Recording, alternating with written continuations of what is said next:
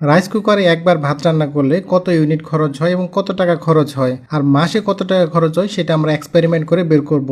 তো চলুন আমরা এক্সপেরিমেন্ট শুরু করি। তো এখানে একটা এনার্জি মিটার দেখতে পাচ্ছেন, এই এনার্জি মিটারের রিডিং আছে 496.49। আমি হাফ কেজি চাউল নিয়েছি রান্না করার জন্য, আর এই রাইস কুকারটা হচ্ছে 1000 ওয়াটের। তো রান্নাটা আমি বসিয়ে দিচ্ছি এবং লাইনটা চালু করে দিলাম। তো দেখতে পাচ্ছেন রাইস কুকারে কুকিং এর যে লাল বাতি আছে সেটা চালু হয়ে গেছে, মানে আমার রান্না শুরু হয়ে গেছে।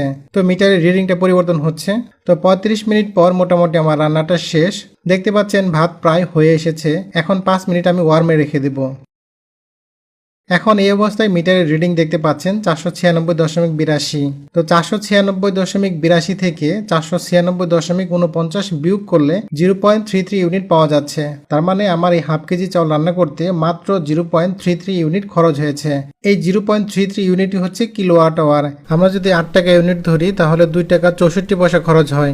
আর যদি আমরা 3 বেলা ভাত রান্না করি এই রাইস কুকার দিয়ে তাহলে 7 টাকা 92 পয়সা খরচ হবে, আর মাসে আসবে 237 টাকা। আশা করছি বুঝতে পেরেছেন, একটা রাইস কুকার দিয়ে 3 বেলা রান্না করলে মাসে 237 টাকা খরচ হয়, সর্বোচ্চ 250 টাকা, এর বেশি খরচ হবে না।